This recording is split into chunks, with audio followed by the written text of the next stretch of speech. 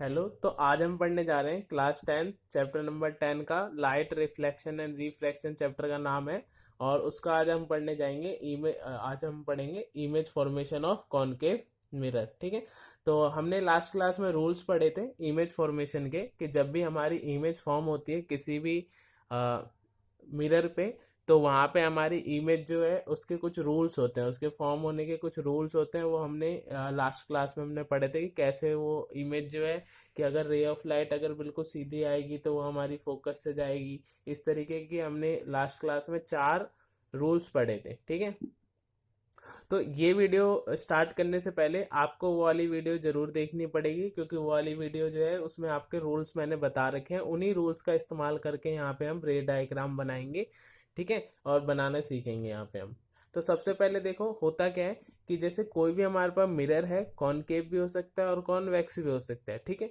तो concave mirror हो या फिर कॉन्वेक्स मिरर हो, वहां पे क्या होता है कि हम मिरर्स के अलग अलग जगह पे खड़े होते हैं। और उसकी वजह से हम क्या देखते हैं कि जब अलग अलग जगह पे हम खड़े होते हैं तो वहां पे हमको इमेज जो होती है काफी बार हमको बड़ी दिखाई देती है, काफी बार छोटी दिखाई देती है। आप काफी बार ऐसा देखेंगे कि काफी ऐसे मिरर्स होते हैं जिसके अंदर अगर हम क्लोज जाएं तो वो हमको बड़ी इमेज दिखाते हैं। वहीं पे अगर हम देखें तो जैसे हमारे मेट्रो स्टेशन होते हैं तो वहाँ पे साइड में कहीं कोने में एक ऐसा मिरर टाइप लगा रहता है।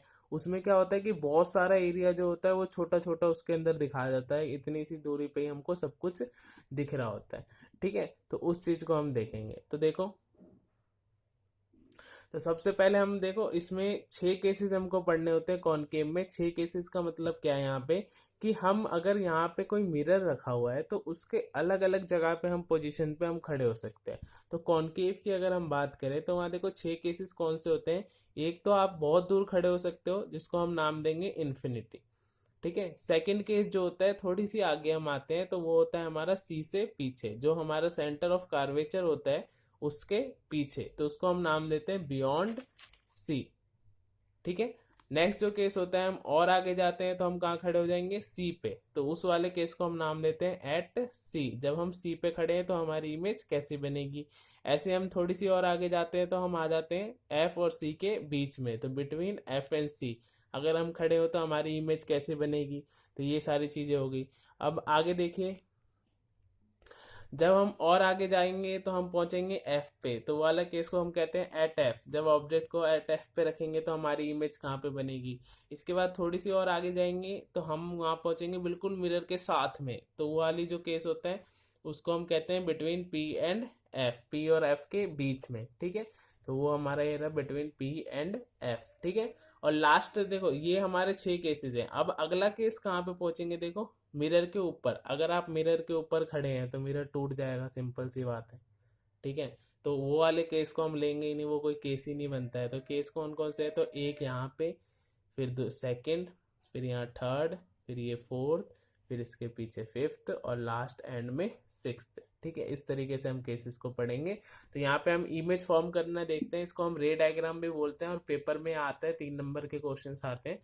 तो रे डायग्राम आपको बनाना होता है, आपको ऑब्जेक्ट बता दिया जाएगा कि आपने ऑब्जेक्ट कहाँ पे प्लेस किया करा है और करना है, और आपसे पूछा जाएगा कि इमेज कहाँ पे बनेगी, साइज कितना होगा ऑब्जेक्ट का, इमेज का साइज कितना होगा, छोटा होगा बड़ा होगा। और नेचर पूछा जाएगा आपसे, नेचर में आप भी आपको बताऊंगा नेचर कौन कौन से होते हैं। तो देखो सबसे पहला हम केस लेते हैं एट इन्फिनिटी। अगर ऑब्जेक्ट इन्फिनिटी पे है यानी बहुत दूर है तो क्या होगा, क्या देखेंगे हम, अगर ऑब्जेक्ट बहुत दूर है तो वहां से रे ऑफ लाइट जब भी आएगी तो वो पैरेलल आएगी। देखो सिंपल समझो कि अगर यहाँ पे हमारा मिरर है तो अगर हम रे ऑफ लाइट ऐसे भेजें ऊपर की तरफ तो ये ऊपर निकल जाएगी, मिरर तक तो पहुंचेगी नहीं। अगर नीचे भेजे तो नीचे निकल जाएगी। तो अगर मिरर तक पहुंचानी है तो हमको बिल्कुल सीधी रे ऑफ लाइट भेजनी पड़ेगी। ठीक है। तो इस चीज को आप ध्यान रखेंगे। तो देखो जब भी हमारा दूर से कोई रे ऑफ लाइट आएगी तो बिल्कुल सीधी आएगी। हमको हमेशा देखो जब भी रे डायग्राम बनाने होते हैं तो आपको कुछ पॉइंट याद रखने हैं। फर्स्ट पॉइंट आपको ये याद रखना है कि हमेशा जितने भी लेवल चीजें हैं वो सारी चीजें आपको जरूर यहाँ पे बनानी है, पॉइंट्स वॉइंट्स दिखा देंगे। ठीक है। ये चीज आपको जरूर ध्यान रखनी है कि जितनी भी लेवल चीजें हैं, जैसे कि हमारा ये पेंट करा हुआ दिखाना चाहिए हमको, और ये हमारा P point, F point, C point, और कैसे रेज आ रही है उसका एरो जरूर दिखाना चाहिए। तो ये फर्स्ट पॉइंट है। सेकंड पॉइंट देखो कि जब आप ये सारी चीजें बना देंगे तो रिफ्लेक्टेड रे भी चली जाएगी। तो ये चारों चीजें आपको जरूर लिखनी है, ठीक है। आपसे पूछी हो या ना पूछी हो, आपको लिखनी जरूर आनी चाहिए पांचों की, चारों की चारों चीजें, ठीक है।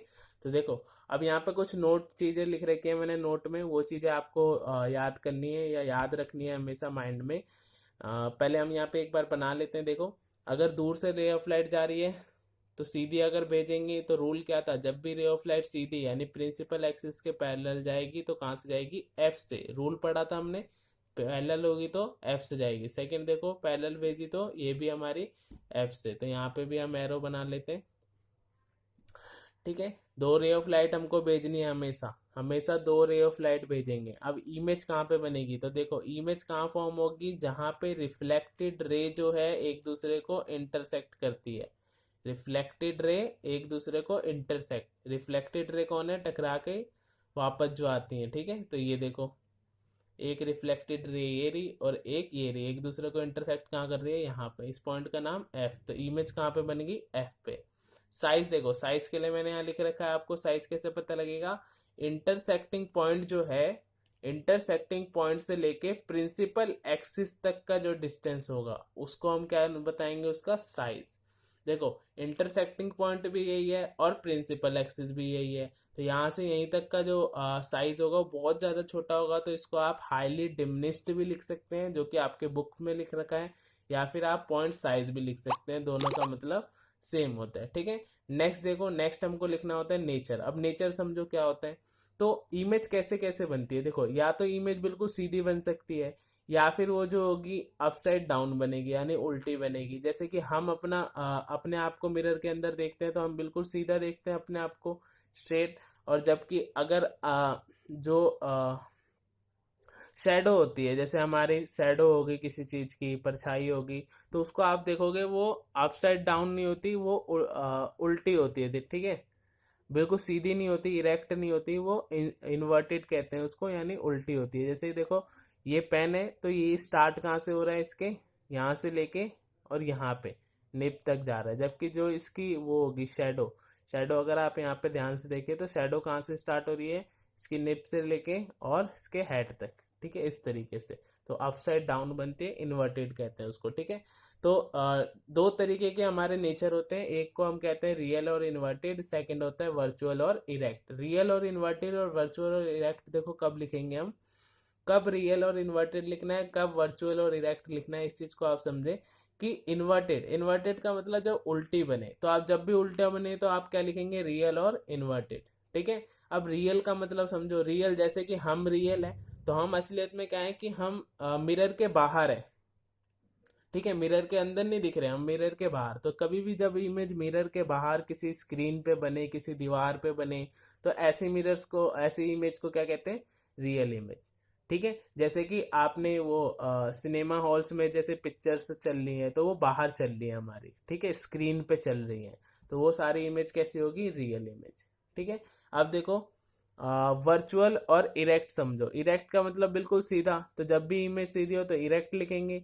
वर्चुअल का मतलब समझो, वर्चुअल वर्ल्ड कहते हैं, जैसे टीवी जो होता है वो वर्चुअल वर्ल्ड है, यानी कि वो अंदर है, किसी स्क्रीन के अंदर। स्क्रीन मतलब किसी मिरर के अंदर दिख रहा है हमको, ठीक है। जैसे हम अपने आप को मिरर के अंदर देखेंगे, तो मिरर के अंदर जब भी कोई इमेज बनेगी तो वो कैसी होगी, वर्चुअल इमेज। तो वर्चुअल और इरेक्ट हमेशा साथ साथ, रियल और इन्वर्टेड साथ साथ, ठीक है। तो यहाँ तो आप ऐसे पता नहीं लगा सकते, पर इसके लिए सिंपली याद रख सकते हो, देखो मिरर के अंदर नहीं बनी है, मिरर के बाहर बनी है। बाहर बनने का मतलब रियल होगी, और जब भी रियल होगी तो वो इन्वर्टेड भी होगी, ठीक है। अब देखो नेक्स्ट केस हम पढ़ते हैं यहाँ पे, बियॉन्ड सी। बियॉन्ड सी रख दिया हमने ऑब्जेक्ट को सी से पीछे, फिर ऑब्जेक्ट ले लिया, फिर दो रूल इस्तेमाल कर लेंगे, कोई भी दो रूल इस्तेमाल कर सकते हैं। आपने अगर सीधी भेजी है तो एफ से जाएगी, अगर एफ से भेज देते तो सीधी हो जाती, या फिर अगर सी से भेजी है तो सी से वापस, कोई भी दो रूल आप इस्तेमाल कर सकते हैं। कोई भी दो रूलों से ये रूल इस्तेमाल करके रे ऑफ लाइट को भेज के और आप बना सकते हैं रे डायग्राम इजीली। ठीक है, तो बियॉन्ड सी रख दिया हमने। अब देखो फिर से इमेज कहाँ बनेगी, जहाँ पे रिफ्लेक्टेड रे एक दूसरे को इंटरसेक्ट करती है। रिफ्लेक्टेड रे देखो एक ये रही और एक ये रही, ये दोनों एक दूसरे को इंटरसेक्ट करेगी यहाँ पे, किसके बीच में, पी और एफ और सी के बीच में। तो यहाँ पे मैंने लिख दिया इमेज कहाँ बनी, एफ और सी के बीच में। साइज देखो, साइज साइज कितना है, तो साइज कंपेयर करते हैं ऑब्जेक्ट से। ऑब्जेक्ट देखो इतना बड़ा है, जबकि इमेज देखो इतनी सी है, तो छोटी है, तो इसको लिख देंगे स्मॉल साइज। ठीक है, साइज कैसे मेजर करते हैं ये भी मैंने आपको बताया था, इंटरसेक्टिंग पॉइंट से लेके प्रिंसिपल एक्सिस तक। ठीक है, इंटरसेक्टिंग पॉइंट ये रहा, प्रिंसिपल एक्सिस ये रहा, यहाँ से यहाँ तक साइज हो गया। ठीक है, अगर आप ध्यान से बनाएंगे, कैलकुलेट करके बनाएंगे चीज़ों को कि ये वाला डिस्टेंस ये वाला डिस्टेंस बराबर होना चाहिए, क्योंकि ये एफ स्मॉल एफ यानी फोकल लेंथ होती है, ये भी उसके बराबर होती है। ये सब चीज़ों को कैलकुलेट करके बनाएंगे ऑलमोस्ट, तो ये आपका बिल्कुल करेक्ट बनेगा। जो रेस खींच रहे हैं वो बिल्कुल सीधी भेजेंगे तो बिल्कुल करेक्ट डायग्राम बनेगा आपका रे डायग्राम। नेचर देखो, नेचर आप सिंपल देख सकते हो, मिरर के अंदर तो बनी नहीं है, मिरर के बाहर है तो रियल होगी। इन्वर्टेड देखो, ऑब्जेक्ट अप था ऊपर की तरफ और ये नीचे की तरफ, तो इन्वर्टेड उल्टी बनी है, तो इन्वर्टेड। रियल और इन्वर्टेड साथ साथ ही होते हैं वैसे। ये तीनों आप खुद करेंगे। ठीक है, सेम आपको बनाना है। इसके बाद आपको सिर्फ ऑब्जेक्ट को आप सी पे रख देना है, ऐसे खड़ा करके। यहाँ से सीधा भेजेंगे, इधर चली जाएगी, एफ से भेजोगे सीधी हो जाएगी, तो सी पे ही बनेगा आपका। तो ये वाला केस आपको खुद बनाना है, ये भी केस खुद बनाना है, और एफ वाला भी केस खुद बनाना है। इजी केस है, आप खुद बना सकते हो। अगर आपको दिक्कत आए तो आप एनसीईआरटी में से एक बार हेल्प ले सकते हो, पर कोशिश करें कि खुद बनाए। सिंपल सा कोई भी दो रूल इस्तेमाल कर लेने हैं आपको। दो रेस को भेजना है आपको सिंपली, और वहां पे आपको सिर्फ ये देखना है कि कहाँ पे उन रिफ्लेक्टेड रे ने एक दूसरे को इंटरसेक्ट किया, और जहाँ पे इंटरसेक्ट करेंगे वहां पे इमेज फॉर्म होगी। साइज नापेंगे इंटरसेक्टिंग पॉइंट से लेके प्रिंसिपल एक्सिस तक। ठीक है, तो सिंपली आप बता सकेंगे, वो भी रियल और इन्वर्टेड ही बनेगी। ठीक है, तो ये 5 केस हो गए। अब छठा केस इंपॉर्टेंट है, इसलिए मैं खुद बता दे रहा हूँ। छठा केस देखो, अगर सिंपली समझो तो छठे केस में हमको रखना है पी और एफ के बीच में। पी और एफ के बीच में हमने एक ऑब्जेक्ट को रख दिया। अब समझो ऑब्जेक्ट से लाइट गई सीधी, तो जब भी सीधी भेजेंगे प्रिंसिपल एक्सिस के पैरेलल भेजेंगे तो कहाँ से जाएगी, एफ से, तो हमने एफ से भेज दी। ठीक है, सेकंड देखो, हम अगर पी पे भेजे तो एंगल आई और एंगल आर बनता है, ये भी हमारा रूल था। एंगल आई और एंगल आर बराबर बनाते हुए यहाँ से हमने एक लाइन खींच दी। अब अगर ध्यान से देखो तो इमेज कहाँ पे बनती है, तो इमेज जो हमारी बनती है वो हमने अभी पढ़ा था। इमेज हमारी कहाँ बनेगी, तो जहाँ पे हमारा इंटरसेक्टिंग पॉइंट होगा, जहाँ पे इंटरसेक्टिंग पॉइंट होगा रिफ्लेक्टेड रे का, वहां पे इमेज बनेगी। देखो रिफ्लेक्टेड रे ये रही। अब ये दोनों रेस तो एक दूसरे को कट ही नहीं कर रही, इनके बीच का डिस्टेंस बढ़ता ही जा रहा है। तो जब कट नहीं करेगी तो इमेज नहीं बनेगी, पर इमेज तो बनती है। अगर ऑब्जेक्ट रखा है मिरर के सामने तो इमेज जरूर बनेगी। अब वो इमेज देखो कैसे बनती है, कि इधर की तरफ कट नहीं करा तो हम ऐसा समझते हैं कि ये इधर तो कट नहीं कर रही, पर क्या ये पीछे की तरफ कट कर रही है। तो अगर ध्यान से देखें तो डॉटेड से बनाएंगे हम इसको, तो पीछे की तरफ ये कट कर रही है। ठीक है, तो अगर यहाँ पे ध्यान से देखो तो कभी भी अगर आपके पास कॉनकेव मिरर है और उसके बिल्कुल पास में अगर आप खड़े हो, तो आप देखेंगे कि आपकी इमेज जो है वो मिरर के अंदर दिखाई दे रही है। आपको स्क्रीन पे बनाने की जरूरत नहीं पड़ेगी। तो मिरर के अंदर जब वो दिखेगी तो आप सिंपल देख सकते हैं मिरर के अंदर बनी है, यानी कैसी इमेज होगी, वर्चुअल, और सीधी बनी है। ऑब्जेक्ट भी ऊपर की तरफ, इमेज भी ऊपर की तरफ, तो वर्चुअल और इरेक्ट। सेकंड इमेज कहाँ बनी है, देखो behind the mirror. Behind the mirror लिख दिया हमने। साइज देखो, ऑब्जेक्ट इतना है, साइज बड़ा है, तो साइज लार्ज साइज। ठीक है, तो अब देखो इसका एक यूज होता है, इसको हम शेविंग मिरर की तरह यूज करते हैं। क्यों यूज करते हैं हम, इसका पढ़ते भी है, कॉनकेव मिरर का जो यूज होता है उसमें पढ़ते हैं कि concave mirror is use as a shaving mirror. तो शेविंग मिरर के लिए क्यों यूज करते हैं, कि जब भी आप शेप बना रहे होते हो तो आप मिरर के पास में होते हो। ठीक है, तो वहां पास में होने की वजह से क्या होता है, इस केस में आपका जो बियर्ड होती है, आपकी जो दाढ़ी होती है, या अब आप जब शेविंग कर रहे होते हैं तो आपका जो फेस होता है वो इस पोजीशन पे आ जाता है, पी और एफ के बीच में। तो इसकी वजह से क्या होता है कि आपकी फेस जो होता है वो मिरर के अंदर दिखाई दे रहा होता है। प्लस पॉइंट कि मिरर के अंदर आपको अपना फेस दिखाई देगा। सेकंड और सबसे एक बहुत ही ज़्यादा इम्पोर्टेंट पॉइंट हम कह सकते हैं कि अंदर तो दिखाई देता ही है, प्लेन मिरर में भी दिखाई देता है, पर कॉनकेव वाले में क्या फ़ायदा है कि हमको बड़ा दिखाई देता है। देखो ऑब्जेक्ट के मुकाबले इमेज जो है वो हमको बड़ी दिखाई दे रही है। तो इमेज बड़ी दिखाने का मतलब क्या है, इसका क्या फ़ायदा हुआ इमेज बड़ी दिखाने का? तो यहाँ पे इसलिए फ़ायदा हो गया इसका, क्योंकि अगर हम शेविंग कर रहे हैं तो हमको अपना फेस जो होगा एक लार्ज एरिया दिखेगा, तो हम क्लीन शेव कर सकेंगे। ठीक है, तो इस तरीके से जो है इसका ये यूज़ होता है। तो ये हमने कॉनकेव के बारे में पढ़ा, इमेज फॉर्मेशन, रे डायग्राम। अब देखो नेक्स्ट हमको पढ़ना है कॉन्वेक्स के बारे में। देखो कॉन्वेक्स में दो ही केस होते हैं। ये अगर मिरर है तो इसके बीच का पॉइंट सी इधर ही होगा, एफ भी इधर ही होंगे, तो सब कुछ इधर है, पेंट भी हमने इधर कर रखा है।